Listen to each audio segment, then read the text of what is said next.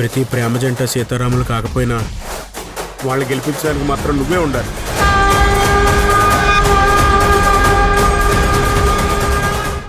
ఇవే జీవన తరంగాలు, ఇవే ఇవే జీవన తరంగాలు, జీవన తరంగాలు. చూడు, ఈ గోల్డ్ అంతా 8 years బ్యాకే నా కోసం తెచ్చిందంట. ఇదంతా నాకు వేసి తను ఎంతగానో మురిసిపోయింది తెలుసా? ఈ నగల్ని చూపించే మా వాళ్ళని అందరి ముందు ఇన్సల్ట్ చేయాలని చూస్తుంది. ఆ విషయం చెప్పలేని అసక్తురాలిగా నేనున్నాను. అటు మా అమ్మ వాళ్ళ బాధను చూడలేకపోతున్నాను, ఇటు బాధ పెట్టొద్దని మీ అత్తయ్య గారికి చెప్పలేక నలిగిపోతున్నాను.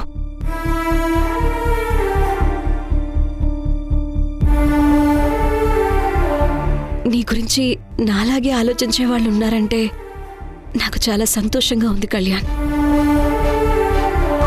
ఇక నుంచి మీ వాళ్ళు దూరంగా ఉన్నారన్న బెంగ నీకు తీరిపోయింది.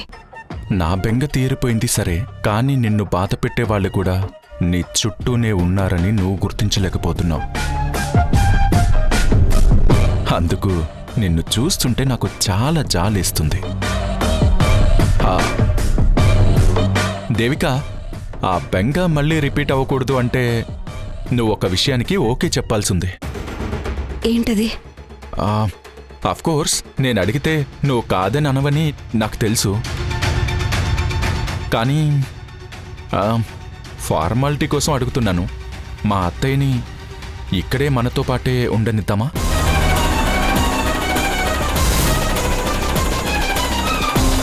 తనిక్కడ ఉండాలని మనం అనుకుంటే సరిపోతుందా? మీ అత్తయ్య ఒప్పుకోవాలి కదా. అసలే ఆమె అలవాట్లు పద్ధతులు వేరు. తనిక్కడికి వచ్చిన దగ్గర నుంచి ఎంతగా ఇబ్బంది పడుతుందో చూస్తున్నారు కదా. అయినా ఈ విషయంలో మీరు నా పర్మిషన్ తీసుకోవాల్సిన అవసరం లేదు. మీ ఇష్టమే నా ఇష్టం. థ్యాంక్స్ దేవిక. మా అత్తయ్యతో నేను మాట్లాడతాను. నీకొక విషయం చెప్పనా? నువ్వు నన్ను హర్ట్ చేయడానికే కాదు, డిసప్పాయింట్ చేయడానికి కూడా ఇష్టపడవు. మా అత్తయ్య విషయంలో నిర్ణయం నాకే వదిలిపెట్టినందుకు once again thank you so much.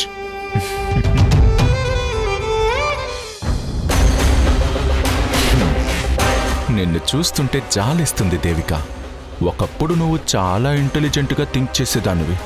ఎవరు ఎలాంటి వాళ్ళో స్కాన్ చేసి వాళ్లకు తగ్గట్టే బిహేవ్ చేసేదానివి.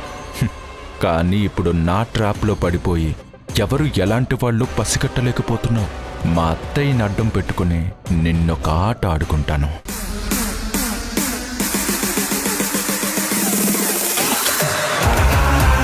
దేవిక పద.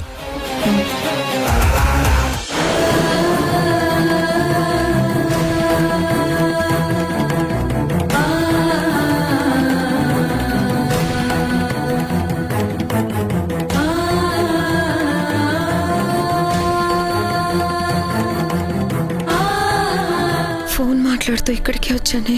ఇక్కడే బ్యాగ్ పెట్టి మాట్లాడాను. నేనున్నప్పుడు ఎవరూ రాలేదు. అయినా బాక్స్ మిస్ అయింది. మరి బాక్స్ ఏమైనట్టు?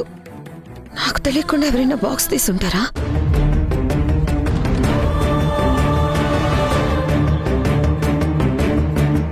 నాన్నని విడిపించడం కోసం అమ్మ అడిగిన కాదని తెచ్చిన గాజులు కనపడకుండా పోయాయి. ఇప్పుడు ఏం చేయాలి? ఎలా నాన్నని బయటికి తీసుకురావాలి? అక్కడేమో నాన్నని పోలీసులు కొడుతున్నారు. ఇంకా లేట్ చేస్తే కేసు ఫైల్ చేసి కోర్టుకు తీసుకెళ్తారు. లాయర్ ఏమో 5 లక్షలు ఇస్తే గానీ కేసు ఆగదన్నారు.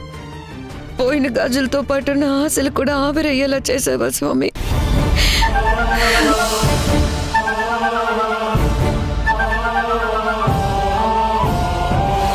ఫోన్ మాట్లాడుతున్న హడావిడిలో బాక్స్ ఇంట్లోనే మర్చిపోయానేమో.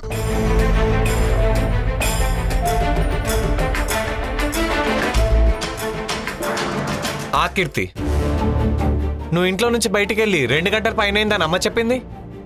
ఇంట్లో పెళ్లి పెట్టుకొని ఇంతసేపు ఎక్కడికి వెళ్ళావు? తర్వాత చెప్తానన్నయ్య. ఆగు.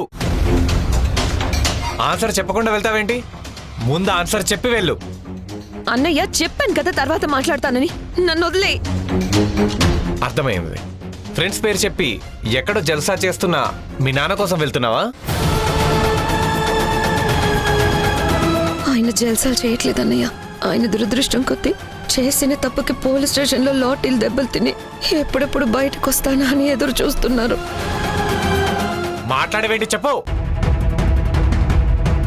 ఉదయమనంగా వెళ్ళిన మనిషి ఇప్పటివరకు ఇంటికి రాలేదంటే నాకెందుకో డౌట్ కొడుతుంది.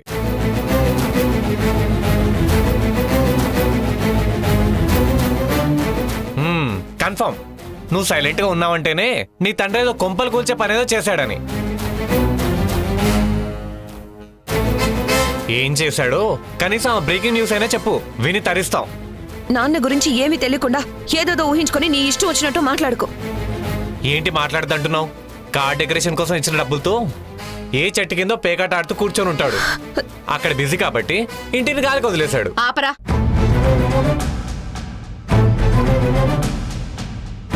ఏంట్రా మీ నాన్న గురించి నోటికొచ్చినట్టు మాట్లాడుతున్నావు?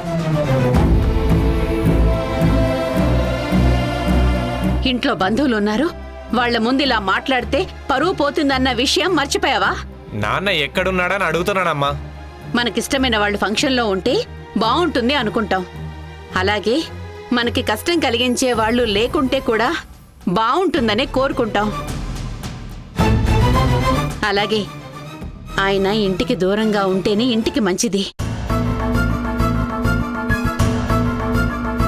ఇక్కడ ఉంటే లేనిపోని సమస్యలు తెచ్చి అందరి ముందు మనం తల దించుకునేలా చేస్తారు. అలాంటి మనిషి ఎక్కడుంటే ఏంటి చెప్పు?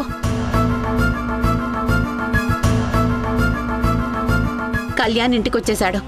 ఇక ఎవరు వచ్చినా రాకున్నా ఈ పెళ్లి ఆగదు. నువ్వు వెళ్ళి పెళ్లి పనులు చూడు, వెళ్ళు. అమ్మా, ఏంటి బ్యాంక్ లాకర్లో నీ గాజుల్ని భద్రంగా దాచాను అని చెప్తున్నావా? నేను కావాలని నీ మనసుని నొప్పించాలని మాట్లాడలేదమ్మా. పరిస్థితుల వల్ల అలా మాట్లాడాల్సి వచ్చింది. నా మనసుని నువ్వు నొప్పించాల్సిన పనిలేదు కీర్తి. ముందు చూపుతో నీకేమీ చేయలేని చేతకాని తల్లిలా ఉన్నాను. అందుకే నాలో నేనే ప్రతి క్షణం కుమిలిపోతూనే ఉంటాను.